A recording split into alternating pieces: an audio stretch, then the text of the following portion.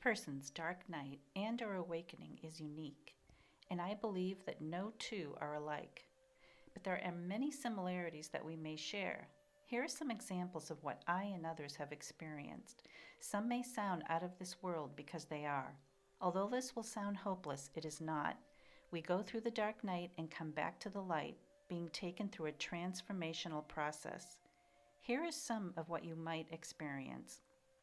Nightmarish dreams and experiences that include leaving your body, floating over scenes of past lives and this current life, visitations from entities, shamanic experiences involving animals, feeling that your body is being thrashed about, appearance of spirits to include ancient ancestors, physical sensations such as surges of energy being released, possibly your Kundalini waking up, strange head and neck movements, feeling a sensation similar to lightheadedness or like you could pass out, only you know it's not either of those. We call these spins. Hearing voices, usually from the shadow self and subconscious, and maybe even lower energies that are negative and accusatory of your actions and behaviors that could include past lives. Series of events such as physical accidents and ailments start occurring one after another, trying to get your attention. Depression and mood swings, intense grief, anger, frustration, and aggression, headaches, and other body aches. These are just some of the things that you could experience. In addition, I'd like to caution that if you are utilizing any practices such as automatic writing and pendulums, or trying to communicate with spirit using electronics or apps, this can invite unwanted energies or entities that can be very cunning.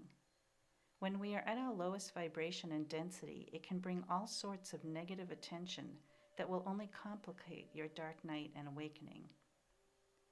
I highly suggest avoiding these practices and alcohol or drugs, as it will only enhance all the dark tendencies that are being brought to the forefront. Some other things you may experience are not wanting to go to work, not wanting to be around other people, suicidal tendencies, not wanting to be here anymore, feeling mad and angry at the world and its spirit, psychosis, defined as a disconnection from reality. It feels as though something other has taken over. Morbid thoughts about illness and dying of others and yourself, immense fear and dread, unable to watch TV, electrification of the nervous system, and you may even be guided through a 12-step process.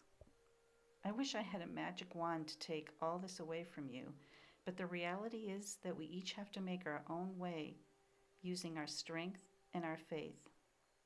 The ego false self is being dismantled, and it doesn't go quietly. The shadow self is exposed and brought to the light. Trauma you didn't know was there surfaces. One of my visions was of being tossed around in a huge washing machine. We are washed clean, stripped bare. It is truly a battle of dark and light. In part 2, I will talk about the next phase when most of the fear and dread has gone, and you will feel ready and safe enough to look within and begin the healing. You'll have recognized the ego and the part it has been playing in your life and your well-being. Don't look back and don't give up. Source is with you. It is a great gift to be awakened and given this opportunity to get off the evolutionary wheel and end the illusion of separation. Here are just some of the things I did to stay sane during my dark night. Connected with nature, and I would walk to calm the storm and to ground. Physical activity, if possible. I went to healers. I personally never had a bad experience, but make sure you either know the healer or that they are recommended by someone you trust.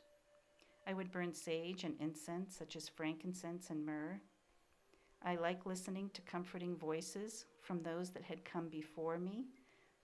For me, it was Muji, but find someone who resonates with you. I talked with a spiritual advisor that had been through it themselves, and so I knew there was a light at the end of the tunnel. I spent time with trusted friends and family that supported me. I cried and then cried some more, releasing, releasing, releasing. And I would just sit with the fear and the dread, allowing the process.